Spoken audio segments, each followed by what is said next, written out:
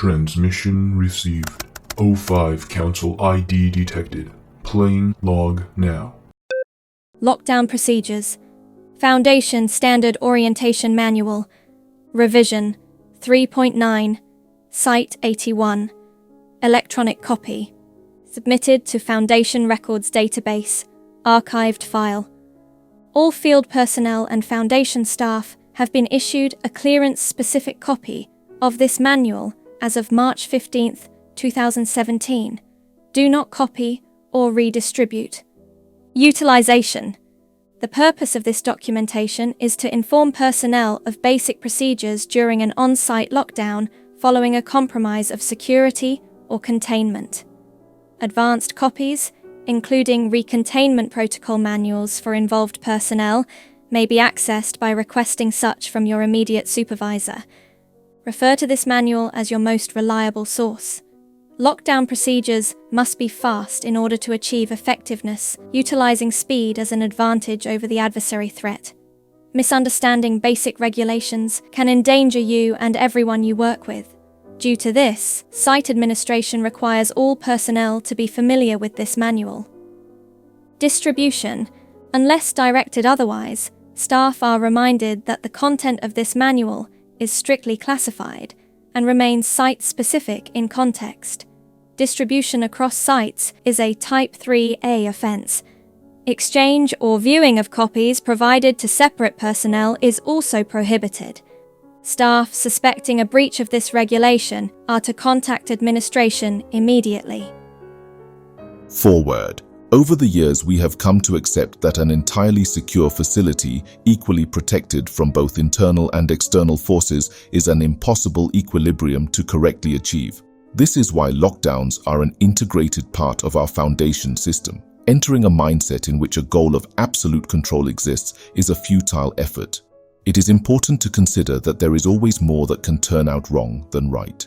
Not relying on procedures such as these would be a complete denial of the wrong.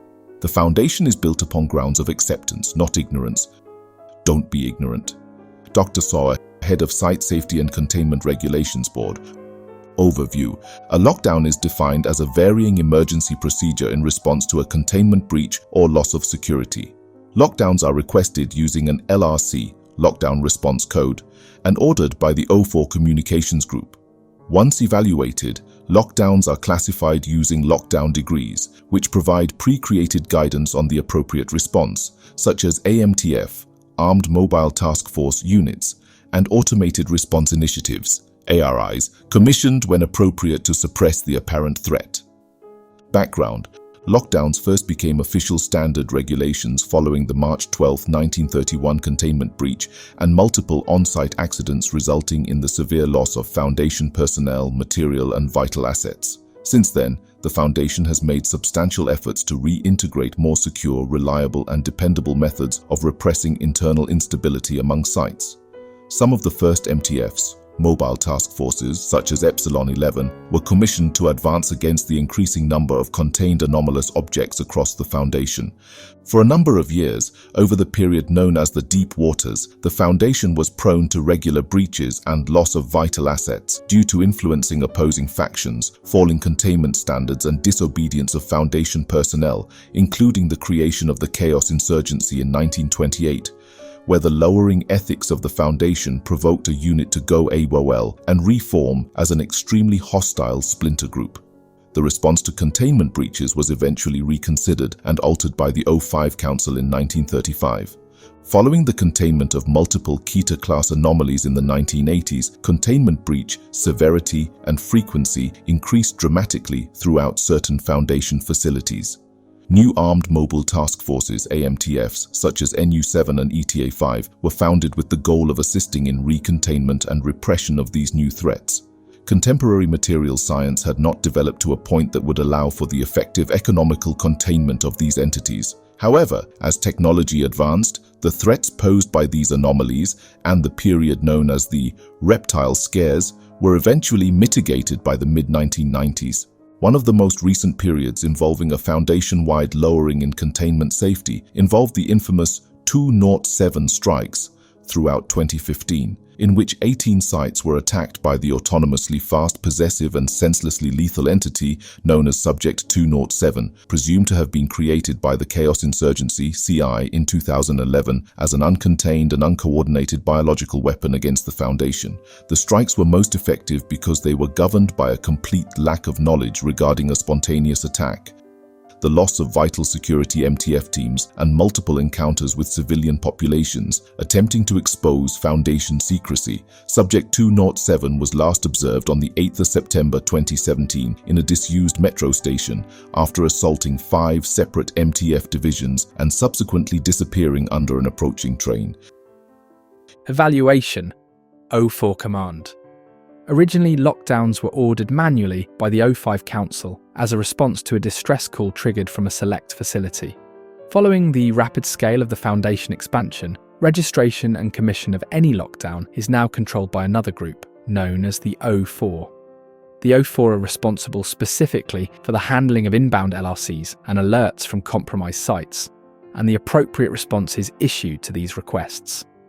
Because of this, the O4 Command is a communicative group and serve as the organisation team for all lockdowns across the whole Foundation. Lockdown Response Code. A Lockdown Response Code, LRC, is communication technique applied when calling for distress or assistance following a lockdown. A LRC will typically contain a super-compacted description of the situation represented by 3 values: site number, priority, class. Understanding of an LRC is short and simple. An example would be 15-A-red amber, which would request an adequate response at Site 15 with immediate action to combat at least one large-scale aggressor, LSA, and possible mimetic agents. Not all members of staff are authorised to order a LRC request. Specifically, site directors, containment organisers responsible for the escaped threat, security teams, and all members of administration are all authorised to issue an LRC code using specific landline communication routes, should an SCP object escape or hostile incursion occur. For understanding of an LRC, site number, priority, class, see below. Site number. The specific site number in which the situation is unfolding, may be multiple sites. Priority. Options range from A, B, C, D, E, with A requesting the highest priority. Priority levels act as a gauge on how fast and effective the response needs to be. For example, an E-priority lockdown for a mimetic hazard may take several days for a response to be compiled, whereas an A-priority with the same threat will be enacted almost instantly with maximum efficiency to combat a maximum threat. For measure, below are the approximated response times to each priority level. A less than 1 hour, B less than 2 hours, C less than 5 hours, D less than 24 hours, E less than 72 hours. Note, priority may be a key factor in determining whether response from an AMTF or MTF is necessary, or if the site should be destroyed, and may be used as evidence when arguing for destruction used by the Ethics Committee. Classifications. Lockdowns happen in a multitude of ways, and there are an even larger multitude of things you need to consider as a response.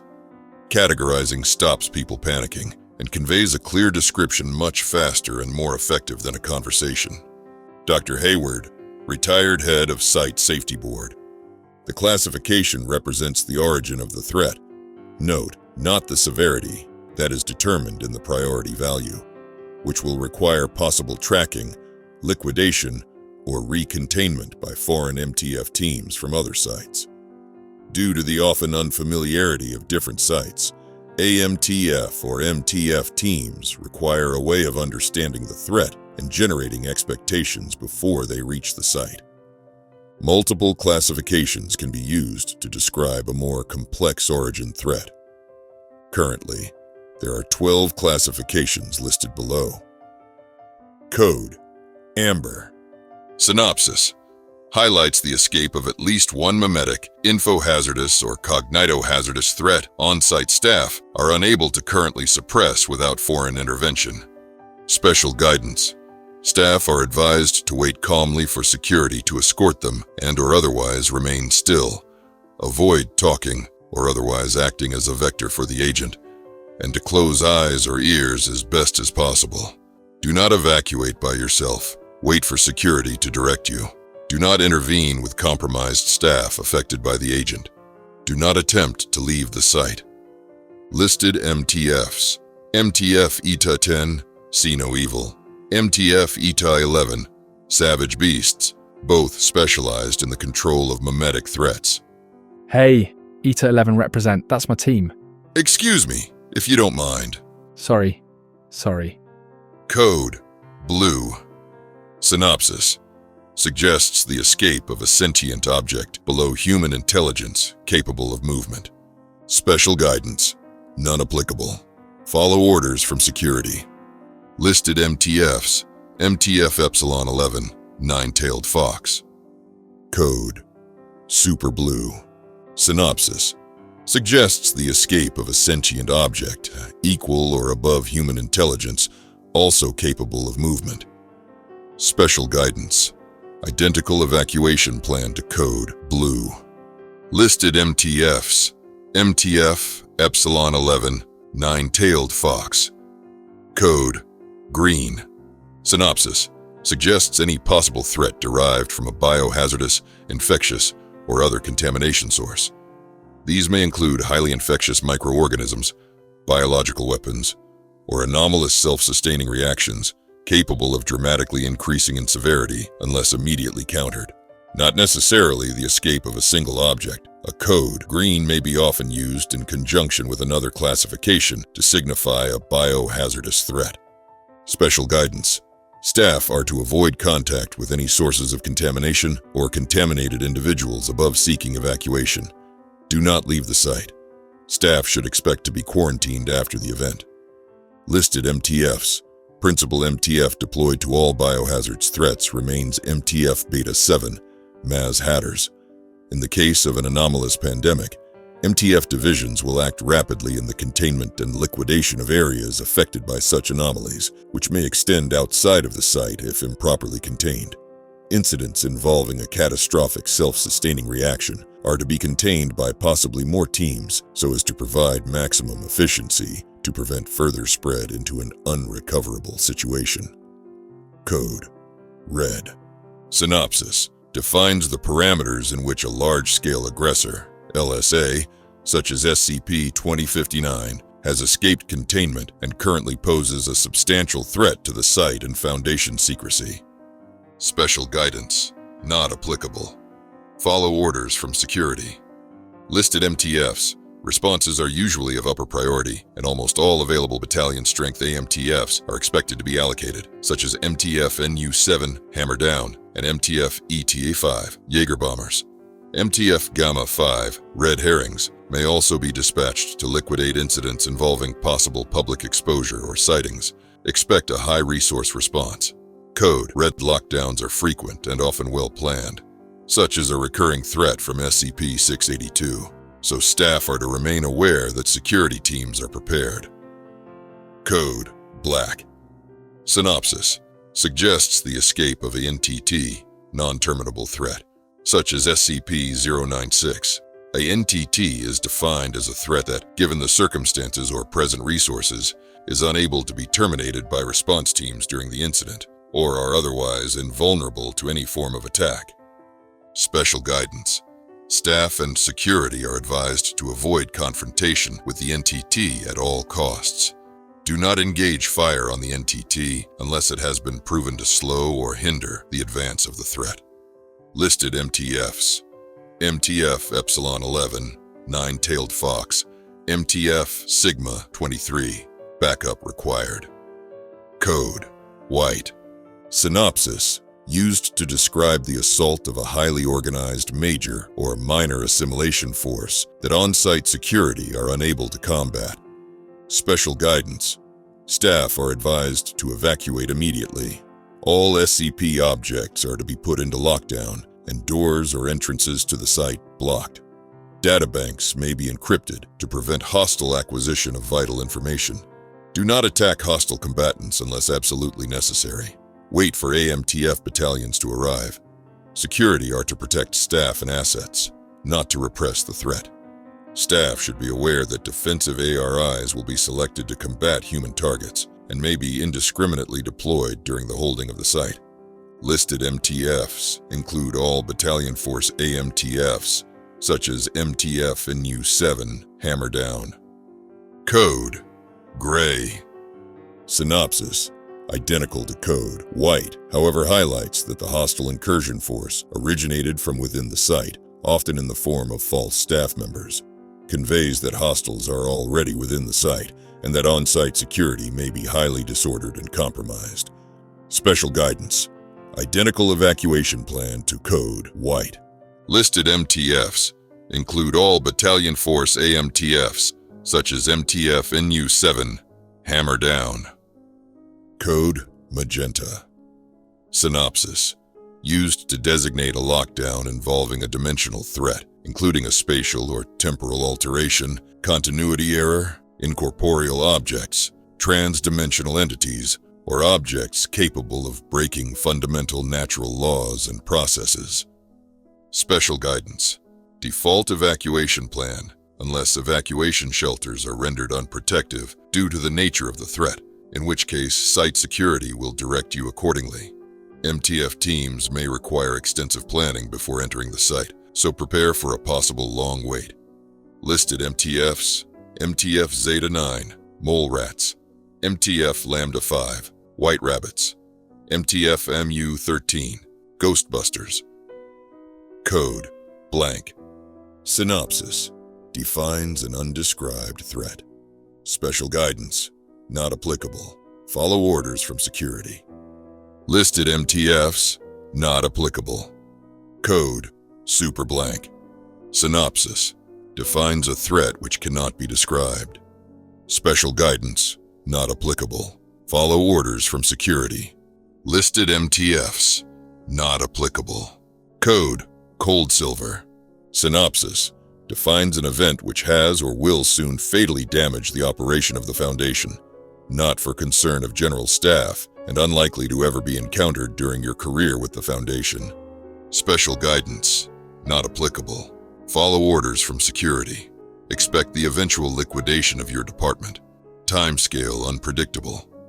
Listed MTFs: not applicable. Response: Automated Response Initiatives. Automated Response Initiatives, ARIs, are mechanized systems providing a specific countermeasure against a suspected breach. Deployment of an ARI will recognize the lockdown degree issued to the breach. The higher the degree, the more prevalent the ARI.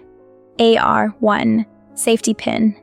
Initiative responsible for the manually confirmed detonation of the on-site alpha warheads located, in cases of subterranean sites, on the surface of the facility. Authorized only in high-threat situations reaching Priority B, being an effective method of terminating all life directly above, while protecting most sites with underground blast shielding and remaining mostly intact after deployment. Requires lead operator's approval for use. AR-2, Early Retirement. Initiative authorized partial control in the autonomous detonation of the Omega kinetic warheads located underneath the main facility. Requires appropriate authorization from the Ethics Committee. Further information regarding the AR-200 protocol has been removed as of March 11, 2000 by the Ethics Committee. Requesting access to this removed information can be attained through contact of your immediate supervisor. AR-3, Bad Opticians. Program used to apply sensory impairment, such as strobe lights and high-pitch audio to disorientate and repress hostile combatants. Most often utilized when facing external threats such as raids from hostile factions or entities responding to a standard human sensory environment. AR-4, Big Toaster, site-specific program responsible for utilizing allocated electrostatic Tesla gates, electrocuting or stunning entities or objects moving at an irregular pace not similar to human movement. On a number of occasions, known to have resulted in the stunning of staff suffering from movement problems, disabilities, or other impairments causing a significant variation in movement speed. Due to this, AR-400 has gained an infamous reputation and has been moved to requiring at minimum of a Class C lockdown degree to prevent further unnecessary casualties. Disabled staff are continually reminded to ask a site administrator to close the Tesla gates before proceeding through an active one. AR5 closing time. Issued control over the closure of all doors, communications, utilities, and ventilation networks. Can be authorized on-site and will automatically close select units, compounds, and systems to varying intensities, including site gates, sewage systems, power lines, radio channels, and issue Protocol 15A on all data banks, causing most to enter deep storage. AER 500 is effective due to the rate at which it can respond to a breach and is one of the most essential response initiatives for any site. AR6, Grandma's Asthma. A further infamous response initiative, a common subject of the Ethics Committee, is in direct and full control over the release of gaseous agents into compounds affected by containment breaches. The AR600 program utilizes multiple agents, including sedatives, reversible paralytics, nerve agents, vesicants, and intoxicants. Separate agents are utilized for specific lockdown degrees and in varying states of emergency or to combat specific evaluated threats. The most frequently applied are reversible paralytics, allowing retrieval stuff but not entire elimination of the threat. Areas flushed with vesicants or intoxicants are designed for repression, while nerve agents are used for direct and lethal results. Few sites are installed with AR600, and complete deployment of nerve agents across the site requires approval from the Ethics Committee. AR7, Sinking Ship. Initiative program designed to effectively control the reality anchors influencing the Hume level within sites containing transdimensional objects. These reality anchors essentially combine dimensions, locking dimensional entities into the same dimensional space as site guards and MTFs, limiting the effects of objects such as SCP-106. Evacuation. Evacuation of a site is the practice in which staff will withdraw from affected facilities following a lockdown. Evacuations will proceed within the evacuation phase, the period in which threats are still mostly developing and have not yet attained an intensity requiring the closure of the evacuation shelters. Guidance. Staff involved in any lockdown are to seek evacuation as their highest priority. Detailed evacuation plans and prints can be found in administration and security. Smaller plans are also present in each compound. These will direct staff towards the nearest evacuation shelter. Armed site security staff will also assist in the evacuation process and divide a team for each affected compound. Teams will accompany personnel to evacuation shelters and attempt to repress developing threats until MTF units arrive. Staff are advised to follow security teams. Evacuation shelters can be closed manually if the threat reaches a substantial level or otherwise given a timeout lock for 2 to 3 minutes. Speed and arrival time is critical. Personnel not inside an evacuation shelter before closure are no longer a priority of security and are handed to the responsibility of MTF units entering the facility.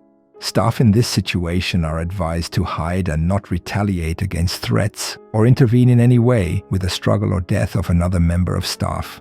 Self-preservation is required above the safety of others. Do not startle, distract, or expose MTF teams. Once inside evacuation shelters, staff will be registered. Personnel unaccounted for will be added to a staff list for MTF units to retrieve and recover. Staff are reminded that they, in the eyes of MTF units, are of second priority. A list will also be sent to MTF teams of contained SCP objects and assets within the site that may or may not be an active threat. Extraction of personnel will commence once all threats have been neutralized or recontained. Personnel will be examined and quarantined for further evaluation until they are safe from possible contagions, mimetic or obsessive effects, or post-traumatic stress. Recovery. The recovery operation can last extended periods of time depending upon the extent of damage or public exposure. Recovery includes the restoration of the site, application of amnestic, recontainment of anomalous objects, registration of staff, evaluation of causes, and liquidation of events. Evaluated causes. Causes of breaches and subsequent lockdowns can be categorized into the following classes: failure of automated systems, such as gate mechanics, specialized containment systems, or data corruption. Infiltration or incursion from a hostile group of interest, GOI. Members of the Serpent's Hand and Chaos Insurgency utilize this method of attack with terrorizing effect. Disloyalties, unawareness, misjudgments, or general faults of containment staff. Underestimated scale of threat and needs for containment of a specific object. Uncontainable anomalous objects. Direct assault or raids from a foreign force. Mimetic effects, obsessive effects, or manipulation of staff. This may include actions forced upon staff members without consent.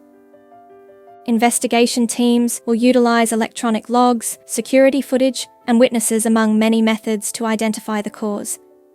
Involved personnel. Personnel involved in the recovery and liquidation operation following a breach are classified into specific teams, each identifiable by a select symbol. This symbol accounts for both colorblind and visually impaired staff and will be found on the uniform of the personnel of interest. MTF or AMTF units are identifiable from the triple red line symbol. Their role in the recovery process is in securing the facility from hostile combatants or anomalous objects, and in the evacuation of surviving staff members. Most MTF teams are armed, and those heavily armed with military-grade vehicles and specialized weaponry are known as AMTFs. MTF teams will only participate in the immediate response and recovery period after a lockdown. Registration teams are identifiable from the blue ring symbol. Members are responsible for the accounting of surviving staff, lost assets, neutralized anomalous objects, and personnel mortalities or casualties. Liquidation teams are the backbone of the recovery operation, identifiable from the yellow cross symbol. Members specialize into multiple sub-teams and roles, including application of amnestics on public exposure, clearance of destroyed facilities, treatment of injured personnel, and evaluation of the total damage. Object movement teams are identifiable for the orange dash symbol, responsible for the recontainment and movement of anomalous objects, and often work in turn with MTF units and other field personnel or agents to secure and evaluate the threat. These teams will be present for the early part of the recovery operation. Investigation teams are not widely recognized and often hide their role for security measures, but are most commonly attributed to a green triangle symbol and are involved in the evaluation of events leading up to the lockdown and the ultimate cause. Investigation teams utilize security footage, electronic logs, and witnesses, among many methods, to identify the aforementioned. Recontainment. Recontainment protocols are the methods object movement teams should follow in order to obtain secure hold over a specific anomalous object. Each threat will have unique recontainment protocols, and the same method will not apply to all. Large-scale aggressors, LSAs, are some of the most fundamentally challenging objects to successfully acquire and recontain with minimal loss. Multiple encounters with SCP-682 suggest the most effective method of securing is through distraction and luring. LSAs are known to rarely reach a docile state and may have to be surrounded and forcibly constrained by multiple battalion-strength AMTFs once lured into an appropriate location for acquisition. LSAs may reach a critical level of public exposure and require considerate redirecting away from a nearby civilian population. Evaluation and exploitation of the threat is critical. Sedatives, depending upon availability, are also a viable option. In almost all cases, total neutralization of the threat should always be considered. Dimensional threats are those that may involve a spatial or temporal alteration, space-time rupture, trans-dimensional entities, incorporeal objects, separate dimensional existences, or objects primarily unconstricted by natural laws and processes. Methods of securing include luring, such as the practice used on SCP-106, or reality anchorage, the process in which reality anchors will merge dimensions, reducing, removing, or halting the effects of a transdimensional entity, and merging the spatial existence of general dimensional anomalies.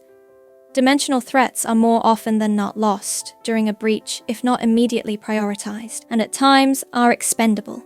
These threats are seen as being a damaging combination of complexity and severity and require extensive background knowledge before intervening.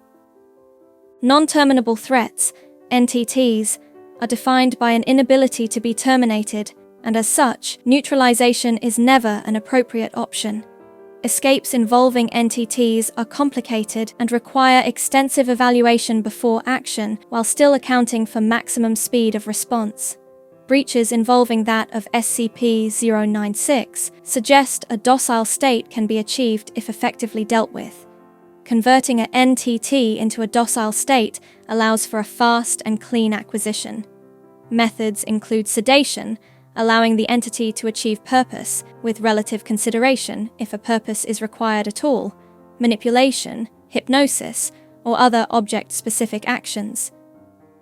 Memetic, infohazardous, or cognito-hazardous threats often meet the requirements for a well-evaluated and assessed plan of action, with little account for response speed. Memetic objects may need handling from sensually inept personnel, invulnerable to the danger of viewing, hearing, or touching. By definition, these effects can spread if not well contained and isolated from site staff unaware of the object. Mediums of transferring these memetic effects into a civilian population must also be removed where necessary and well considered beforehand. Contamination sources must be acted upon swiftly and resourcefully. Most teams will divide into separate roles, preventing the spreading of the contagion while also suppressing the initial source. These may include reanimated organisms, self-sustaining reactions, contagious or harmful entities or objects, anomalous infectious diseases, sources of anomalous toxins, carcinogens, ionized radiation, biological weapons or fungal species. Appropriate hazardous materials suits should be worn corresponding with the apparent threats. Although the role of MTFs is suppression and isolation of the source and affected areas from civilian populations, quarantining of contagious persons and recontainment of the initial source is a responsibility of the object movement teams. Threats such as these must be dealt with through exact, meticulous, and remorseless action in remaining ahead of the risks involved. End of material. Doctor's note. I'm not going to snitch on who provided me this copy of the lockdown procedures for Site 81, but I think O5 Command's going to figure it out themselves, given that that fool interrupted the recording. I mean, thank you for giving us this, because for some reason I was not allowed to utilize our site's copy. Well, it's out there now, so if Site 81's going to revise it, I would request a copy of the 4.0 Plus version. Anyway, I hope this was a useful rundown of Site 81's lockdown procedures. If I'm being honest, I think they used a template because our site's procedures are basically identical, with a few exceptions for who to prioritize during the lockdown. That's not important. I'm on the top of the list, but that's not important.